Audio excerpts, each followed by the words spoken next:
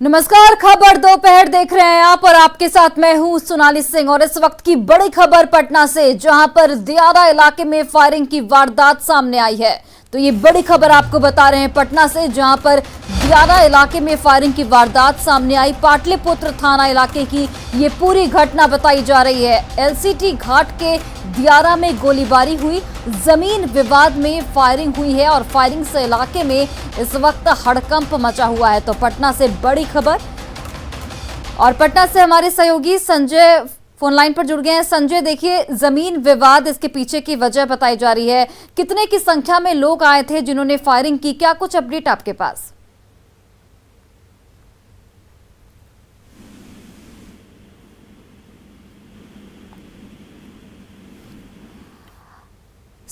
संजय, आप तक हमारी आवाज पहुंच पा रही है? तो किसी तकनीकी खामी की वजह से संजय तक हमारी आवाज नहीं पहुंच पा रही। तो ये बड़ी खबर आपको पटना से बता रहे हैं, जहां पर जमीन विवाद में फायरिंग की वारदात सामने आई है। फायरिंग से इलाके में हड़कंप मच गया है। एलसीटी घाट के दियारा में गोलीबारी की वारदात को अंजाम दिया गया। जमीन विवाद इसके पीछे की वजह जो बताई जा रही है, और फायरिंग से इलाके में इस वक्त हड़कंप मचा हुआ है। तो दियारा इलाके में फायरिंग हुई, पाटलिपुत्र थाना इलाके की ये पूरी घटना बताई जा रही है। और पटना से हमारे सहयोगी संजय एक बार फिर से फोन लाइन पर जुड़ गए हैं। संजय, क्या कुछ अपडेट आपके पास इस पूरे मामले को लेकर? चूंकि जमीन विवाद इसके पीछे की वजह बताई जा रही है, तो संजय से हम इसके बाद संपर्क करेंगे। बिहार में गर्मी से लोग बेहद परेशान हैं। आने वाले दिनों में भी गर्मी से राहत मिलती नजर नहीं आ रही है। मौसम विभाग ने 2 अप्रैल को हीट वेव यानी कि लू का अलर्ट जारी किया है। एक दिन के लिए औरंगाबाद, नवादा, सासाराम, भभुआ में हीट वेव यानी कि लू अलर्ट जारी किया गया है। जायजा लिया हमारी संवाददाता विनीता मिश्रा ने। मार्च के महीने में उमस भरी गर्मी से लोग परेशान हैं। मार्च के महीने में ही मई वाली उमस लोग महसूस कर रहे हैं। ऐसे में लोगों को समझ नहीं आ रहा कि आखिर जाएं तो जाएं कहां, आखिर क्या कुछ उपाय करें। आने वाले दिनों में मौसम का क्या हाल होगा, हमारे साथ मौसम वैज्ञानिक हैं, उन्हीं से समझने की कोशिश करते हैं कि आने वाले दिनों में मौसम का क्या कुछ हाल होगा। सर, जिस तरीके से मार्च में इतनी गर्मी महसूस हो रही है, आने वाले दिनों में राहत मिलेगी? हाँ, जैसा कि बात करें कि मार्च के महीने में अभी तक जो तापमान है वो पूरे बिहार में सामान्य से करीब 3 से 4 डिग्री सेंटीग्रेड ज़्यादा है। और आगे जो पूर्वानुमान जो व्यक्त की जा रही है उसके अनुसार जो साउथ वेस्ट डिस्ट्रिक्ट हैं बिहार के, जैसे कि कैमूर, सासाराम, नवादा, गया, औरंगाबाद में आज से 5वें दिन यानी कि 2 अप्रैल को दिन में थोड़ी सी टेम्परेचर ज़्यादा हो सकती है, और वो करीब सामान्य से 4.5 डिग्री सेंटीग्रेड ज़्यादा हो सकती है। इस कारण से इन 5 जिलों में हीट वेव की स्थिति बन सकती है। इसकी पूरी संभावना अभी तक दिख रही है, जो कि आप इवन पिक्चर के तरफ से भी देख सकते हैं कि इवन ये हीट वेव की इस एरिया में थोड़ी संभावना दिख रही है। इसके अलावा जो वर्षा की जो पूर्वानुमान है, क्योंकि मार्च के महीना आ रहे हैं, थंडरस्टॉर्म अब बनने शुरू हो सकते हैं। थोड़े मीन्स स्पेल्स में थंडरस्टॉर्म बनते हैं। तो तीसरे दिन आज और कल कोई भी बिहार में थंडरस्टॉर्म एक्टिविटी नहीं होगी, लेकिन तीसरे दिन के बाद से विशेषकर जो नॉर्थ ईस्ट बिहार के ज़िले जैसे कि किशनगंज, अररिया, पूर्णिया, कटिहार, ये 4 जिलों में थोड़ी थंडरस्टॉर्म बन सकते हैं। और ये तीसरे, चौथे, 5वें दिन तक बन सकते हैं। इवन कह सकते हैं कि इवन 30, 31 और 1 अप्रैल को भी थंडरस्टॉर्म इस एरिया में बन सकते हैं। बिल्कुल, तो जिस तरीके से इन्होंने जानकारी दी है कि कुछ ऐसे जिले हैं जहां बारिश होने की संभावना जताई जा रही है, लेकिन 5 दिनों के अंदर हीट वेव का अलर्ट भी जारी किया गया है, यानी सिर्फ एक दिन के लिए हीट वेव का अलर्ट भी जारी किया गया है। तो ऐसे में लोगों से लगातार अपील की जा रही है कि जिस तरीके से मौसम विभाग के द्वारा जानकारी दी जा रही है, खुद को सुरक्षित रखें और इस लू भरी गर्मी से खुद को बचाने की कोशिश करें। कैमरा पर्सन अजय के साथ विनीता मिश्रा, न्यूज़ 18 पटना। पश्चिम बंगाल से कटिहार की ओर आने वाली ज्यादातर ट्रेनें नशे के सौदागरों के लिए सेफ कॉरिडोर बन चुकी है। न्यूज़ 18 की पड़ताल ने शराब तस्करों की पोल खोलकर रख दी। इस रिपोर्ट को देखिए।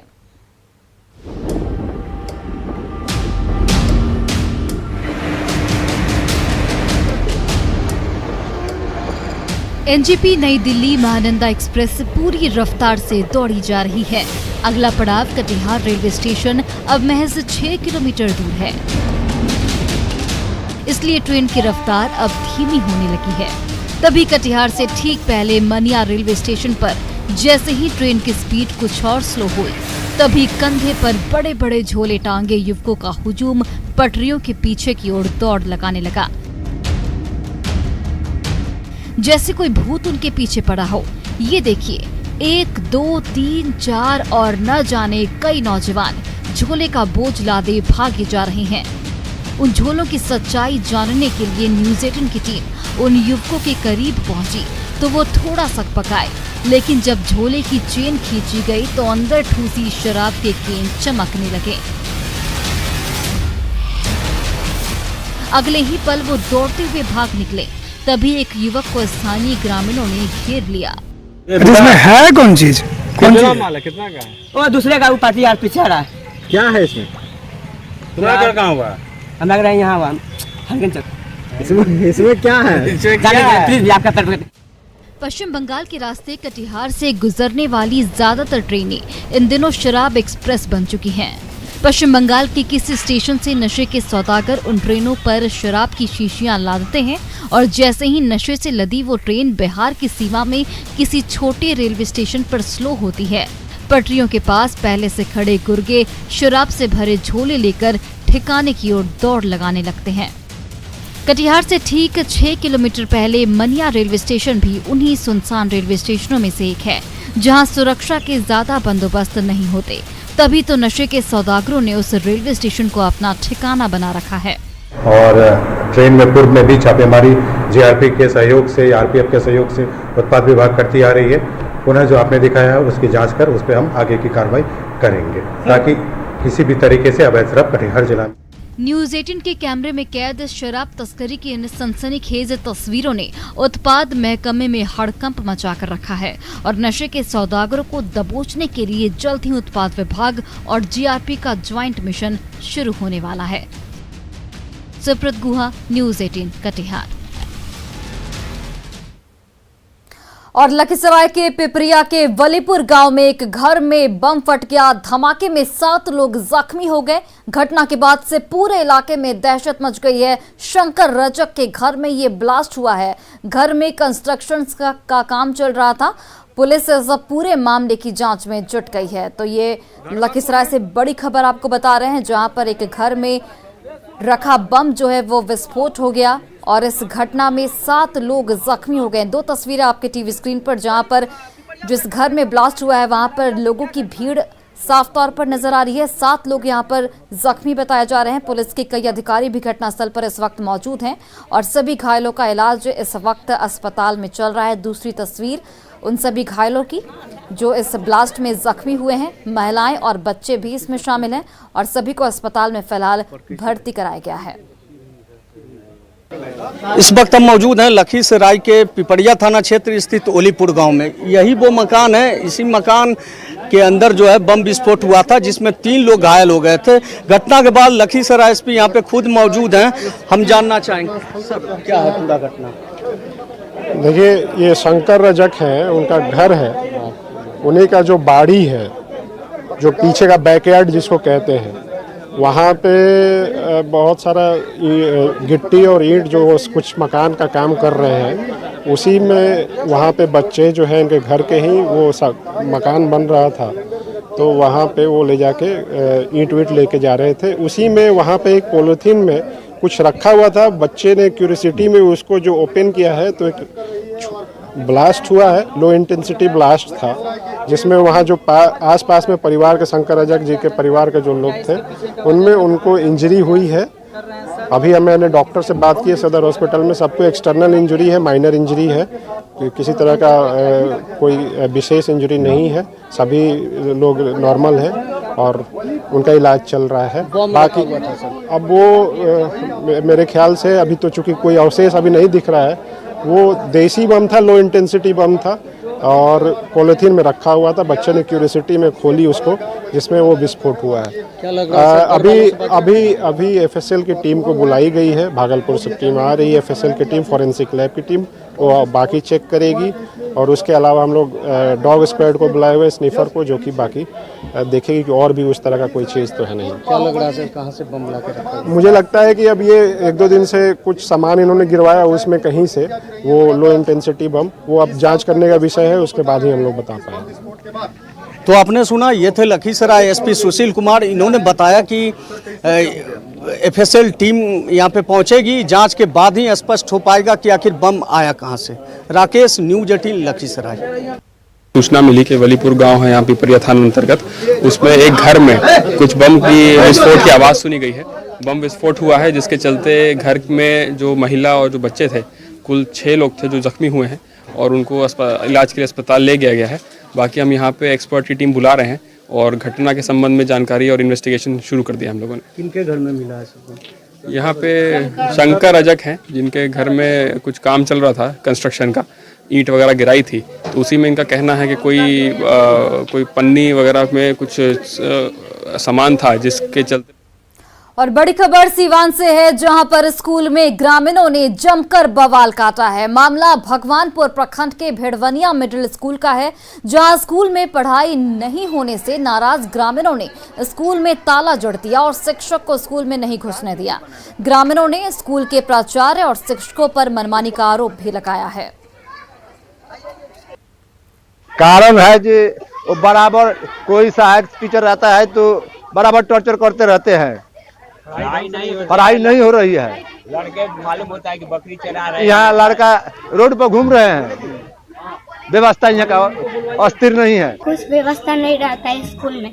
5 और 3 क्लास के लड़के यहाँ पर घूम रहे थे, कुछ नहीं होता है और मास्टर से कहने से कुछ नहीं होता है। स्कूल के शिक्षक होने के नाते हम यही कहना चाहते हैं कि विद्यालय सही ढंग से चलना चाहिए और इस बीच अगर कोई भी विवाद आ रहा है तो माननीय पदाधिकारी महोदय, प्रधानाध्यापक और स्थानीय जनता को बैठ के बात करनी चाहिए और इस संबंध में उच्च अधिकारी को संज्ञान लेना चाहिए, ताकि इस मामले का जल्द से जल्द निपटारा हो सके और बच्चों के भविष्य के साथ आगे कोई खिलवाड़ ना हो सके। और खबर भागलपुर से है, जहां पर जगदीशपुर थाना क्षेत्र के पुरानी में शीतला माता के मंदिर को क्षतिग्रस्त करने के विरोध में स्थानीय लोगों ने जमकर बवाल काटा। इस दौरान 2 पक्षों के बीच झड़प भी हुई। बताया जा रहा है कि 2 दिन पहले स्थानीय लोगों ने शीतला मंदिर क्षतिग्रस्त किए जाने की सूचना जगदीशपुर थाने पुलिस को दी थी। इसके बावजूद अब तक कार्रवाई नहीं की गई, जिससे लोग आज आक्रोशित हो गए। झड़प की सूचना मिलने पर जगदीशपुर थाना प्रभारी श्रीकांत चौहान दल बल के साथ मौके पर पहुंचे हैं और लोगों को शांत कराने का प्रयास किया।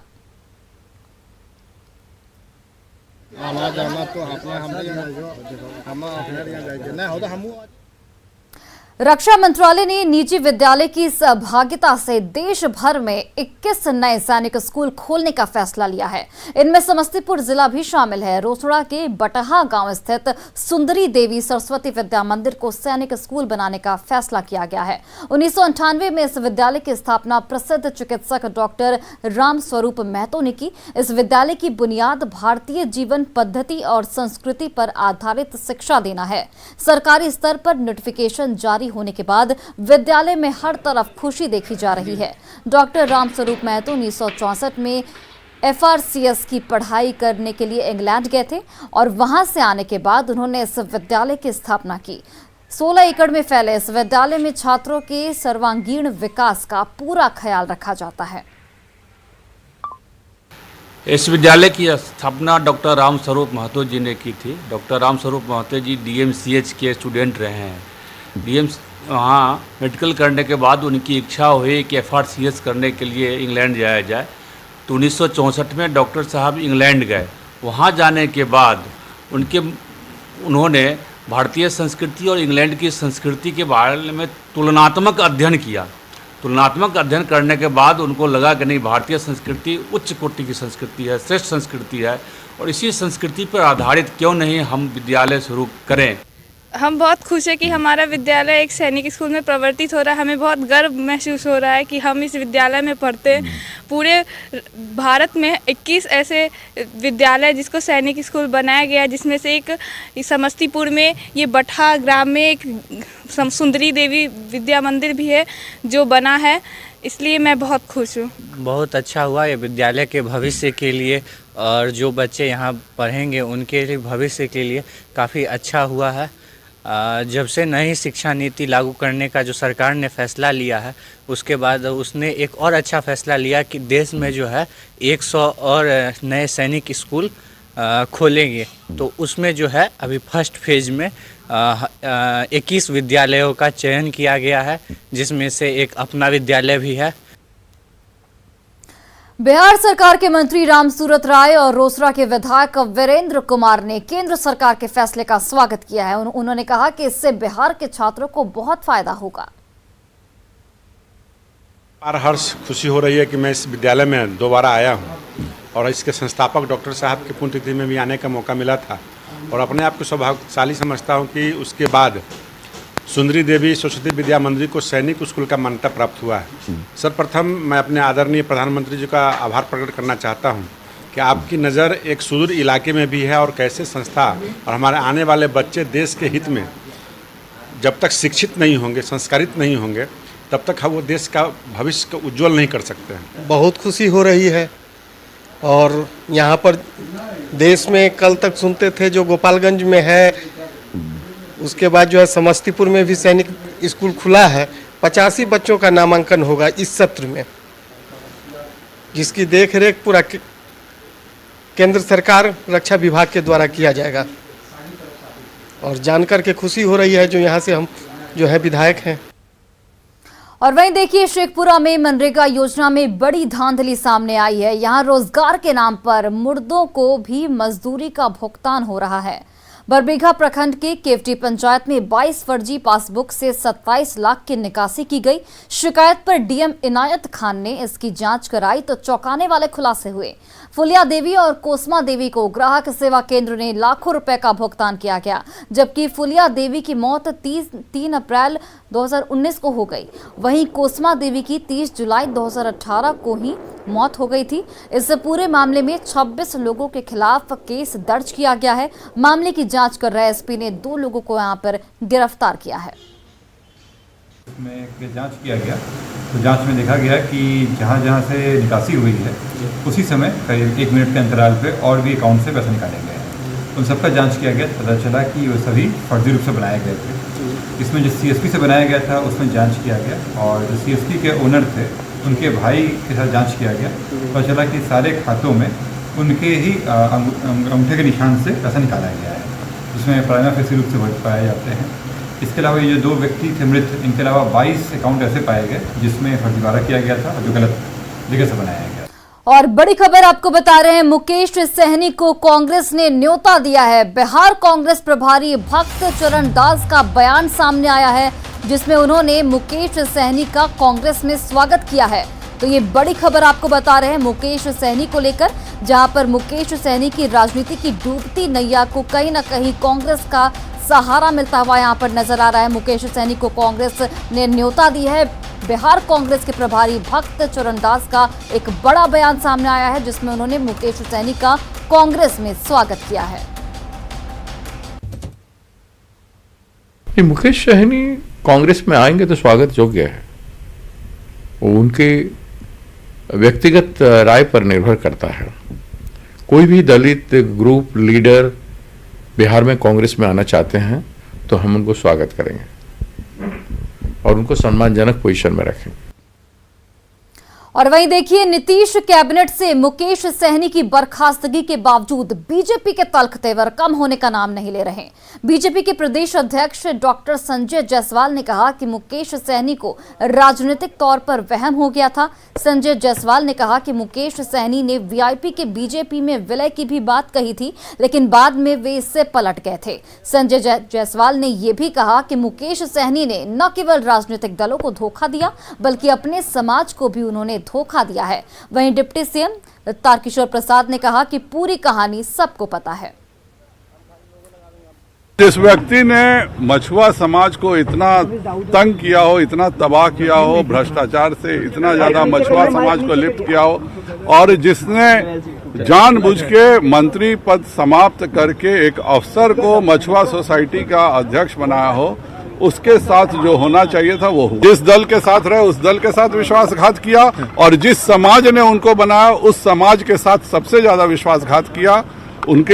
उनके चरित्र में है, वो पहले भी बोले थे कि हम मर्ज कर जाएंगे, और जब देखा उन्होंने कि बहुमत से थोड़े ही से हम ज्यादा हैं, तो वह दूसरे भाषा में और दूसरे तरह उनका रूप हो गया। उसके पहले वो बोलते थे कि हम अपना विलय कर लेंगे। सर, मुकेश सहनी को लेकर सर क्या कुछ फैसला हुआ सर? नहीं, वो तो आप सबको पता ही होगा कि जो चल रहा था उसका क्या कैसे अंत होना था। मुकेश सहनी को सर आपने सहारा दिया, मगर आप ही के खिलाफ हो गए, लालू के विचार को मानने लगे सर। वो सब तो कहने की बातें हैं। वहीं जेडीयू सांसद सुनील कुमार पिंटू ने मुकेश सहनी पर हमला बोला है। उन्होंने कहा है कि मुकेश सहनी को सफलता बर्दाश्त नहीं हो रही थी। बीजेपी का उनका अपना इंटरनल मामला है। मुकेश सहनी जी जो 24 से 26 बन गए थे, दुबे बन गए, ये उनको उतना ज्यादा नहीं उड़ना चाहिए था। एक राजनीति में सबकी एक सीमा होती है, उन्होंने कहीं ना कहीं सीमा को लांघने का काम किया, जिसके कारण बीजेपी ने इतना बड़ा स्टेप लिया। बिहार विधानसभा में द कश्मीर फाइल्स फिल्म को लेकर हंगामा मचा हुआ है, लेकिन बीजेपी इस फिल्म को लेकर बेहद उत्साहित है।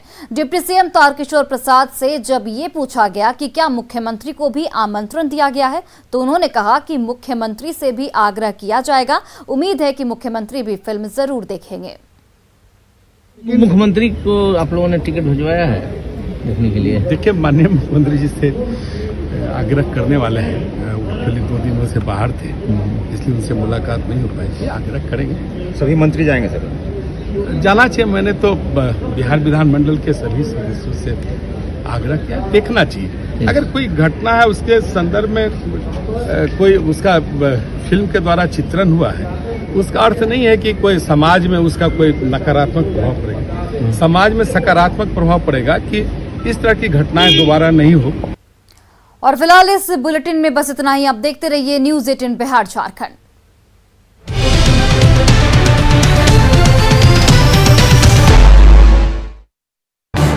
इस न्यूज़